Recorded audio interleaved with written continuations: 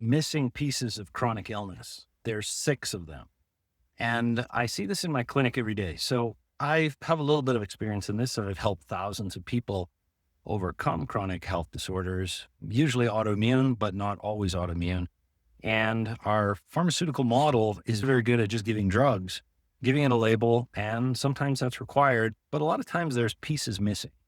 So after all the years I've been doing this, over a decade, there's some fundamental pieces that I see that are getting missed all the time. And some people in their lives, they have some of these pillars put in they have it dialed in. And other people, maybe they have very few of them, but all of these pillars are absolutely critical to make sure you have a roundabout health and will get you out of the vast majority of chronic illness, whether you've been diagnosed with it or you're trying to prevent it. This is the blueprint, if you will. And the same one that I follow in my clinic. Of course, I'm using laboratory tests and so on and so forth. But so one pillar, I call it the 6 pillars of health. One pillar is, of course, nutrition. Nutrition is fundamental. What you put in your body is exactly how your body's going to respond. There's nothing else that nurtures your body like nutrition. So it has to be right. And in North America here, it's not that simple, because what we've done to our foods versus other parts of the world, we've destroyed them, we've compromised them. So now we have to navigate through them. Makes it a little bit complex, but nutrition is one. Another one is physical activity. Again, these seem obvious, but a lot of people overlook these simple pillars and they're like, I'm moving up. And they really aren't, or they're not at all. They overlook it.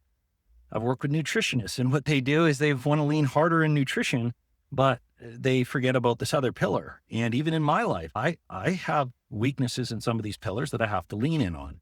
So physical fitness is a critical one. Nervous system. So neurological health. There's many reasons why our nervous system can be ramped up or inhibited. That is a third pillar. Another one is emotion.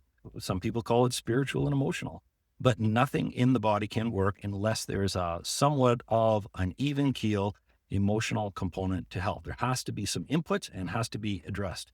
Another pillar is hormonal health. Of course, everybody likes to talk about hormones, but pharmaceutical medicine is bioidentical hormone replacement, HRT, or contraceptive. No other questions. And it's just assumed. We have more hormonal problems than we ever did in history in North America. And now we have pills and potions for everything. It's not, very seldom is this actually the full solution to hormonal health, but that's another critical one. So when we have physical fitness, nutrition, hormonal health, nervous system, emotional health, and then of course there's detoxification.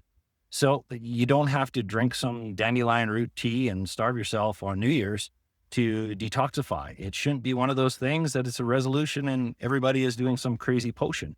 Our bodies want to detoxify, but when it isn't detoxifying regularly, burden builds up. And the toxic burden is the number one cause of hormonal dysfunction that we see in North America. So one pillar ties into another.